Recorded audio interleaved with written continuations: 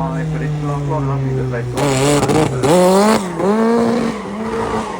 new 5 Turbo 3E. Now this is this year.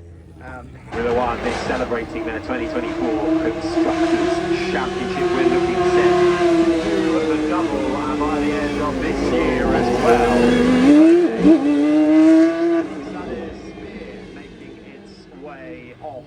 Someone like Spa Frankenstein sweeping through the sweepers, but good to see them anyway. Yeah, and as we were saying, again, we've got more Koenigsegg action. This, the CC 850 from Koenigsegg in all in white, making its way up the hill now. Well, this is the one we saw on the start line, a tribute to the models from some while ago. This is the F80.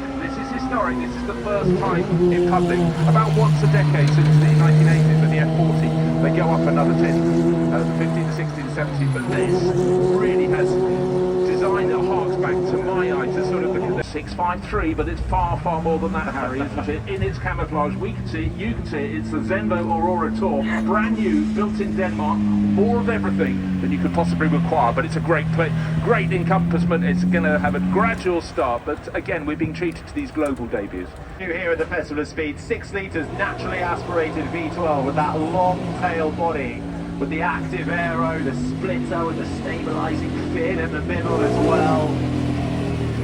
Attached to the rear wing, it really is fully prepped to go racing. Race grade suspension, brakes and tyres. It's built really every year, so when you get to see what they've got on offer, it really is something rather special. And I think one of the glorious things about Ferrari in the past decade or so is they have a very strong nod to their past. Large front engine cars, now down onto the start line. Let's have a look. The marshal stands in position, hands in front of the screen, indicating to the driver it's good to go. Yeah, this is another new one from Ferrari, the 12 Cylindri, heading up the hill now, all in yellow in this supercar run. Marks 70 years of Ferrari in North America.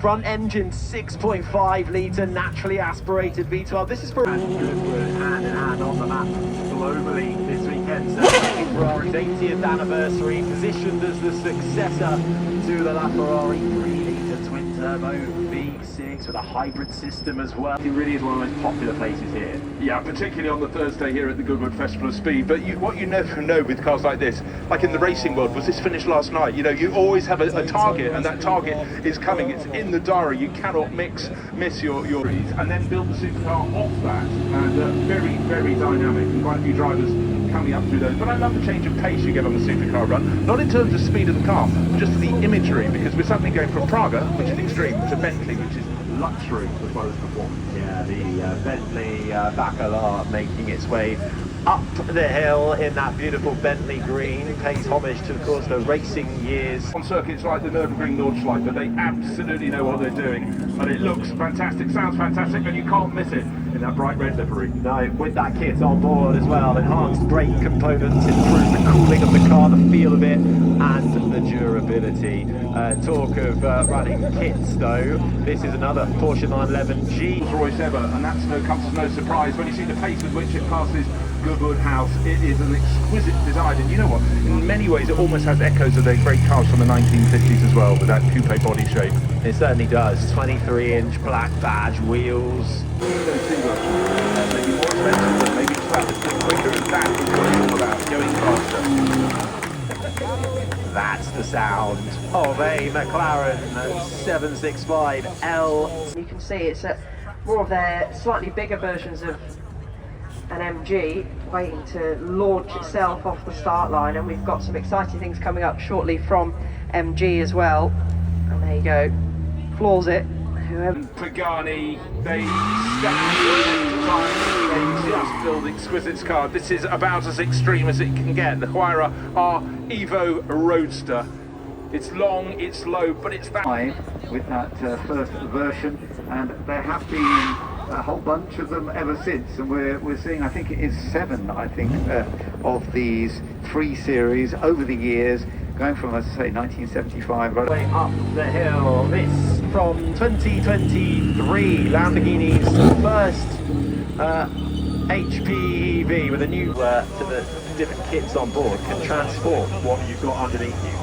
Yeah, I must say for what we like to call day-to-day use, pretty extravagant day-to-day use, but the touring package is very, very elegant indeed. Naturally aspirated car making its way up. Right, we have this now. This is the Aston Martin Valkyrie making its way to the hay bales. Again, another sleek, stealthy design. It's certainly a common trend for these supercars, having that kind of understated look, but with mean power right there. Yeah, but also just those little trim lines on the bottom, just say, I'm something a little bit special.